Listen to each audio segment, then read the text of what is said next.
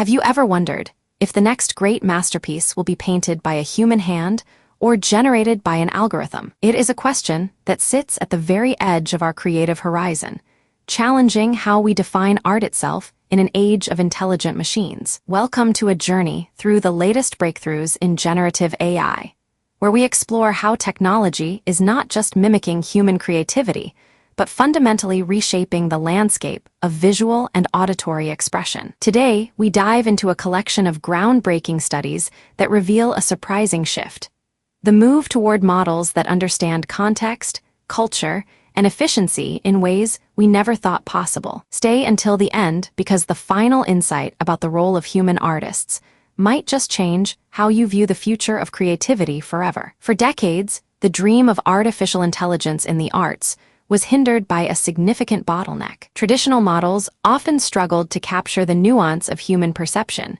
treating complex images as mere collections of pixels and sounds as simple waveforms. This approach led to a disconnect.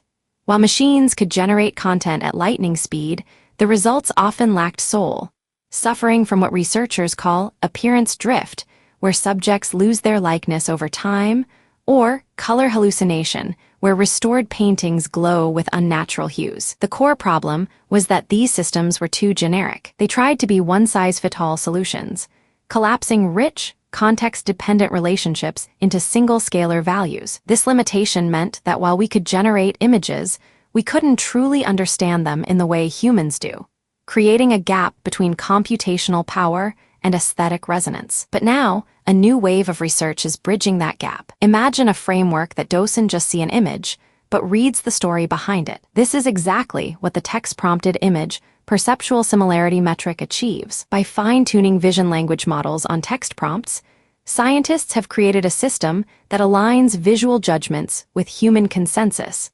capturing the context-dependent nature of perception rather relying on static numbers. It is like teaching a computer to not only see the colors on a canvas, but to understand the poem that inspired them. This deeper understanding extends to the very structure of creation. New geometric verification tools are now intercepting code to detect spatial conflicts before they happen, achieving a peak quality score that improves upon raw baselines by over 16%. It ensures that the geometry of our digital world remains consistent by design, bypassing the need for expensive, pixel-by-pixel critiques. Furthermore, in the realm of restoring ancient art, a new colorization framework has emerged. By aligning poetic cultural semantics with visual restoration, this approach reduces color distribution error by 54%. It overcomes modern biases, grounding the restoration process in classical aesthetic principles so that history is revived with its original fidelity. Perhaps most excitingly,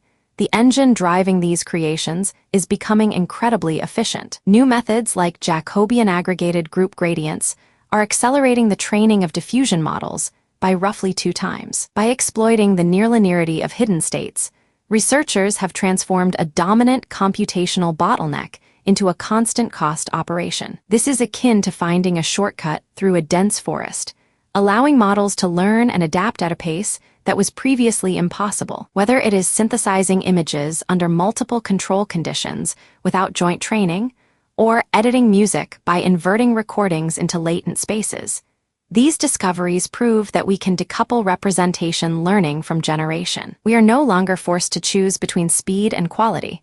We can now have both. So what does this mean for us, for AI, and for the future of humanity? These advancements signal a decisive convergence toward context-aware, training-free frameworks that integrate domain-specific knowledge directly into generative architectures. We are moving away from generic models in favor of systems that leverage external priors, whether textual prompts, poetic semantics, or geometric constraints, to guide the creative process. This shift validates that frozen representations can serve as versatile foundations for both continuous and discrete modeling, accelerating how we converge on new ideas. But beyond the technical triumphs, there is a profound implication for the role of the artist. Contrary to the fear that machines will replace creators, the evidence suggests the opposite. Diffusion models are emerging as augmentative tools that expand aesthetic possibilities rather than supplanting human ingenuity. Survey data indicates that the majority of artists anticipate these new possibilities,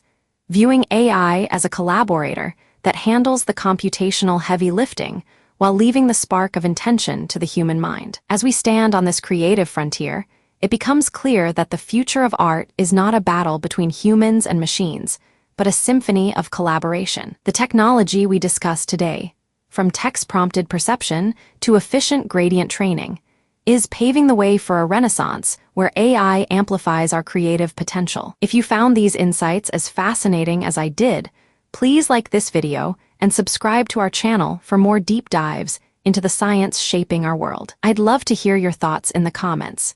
Do you see AI as a tool for your own creativity or something else entirely? Stay tuned for our next episode, where we will explore how these generative models are beginning to compose their own music.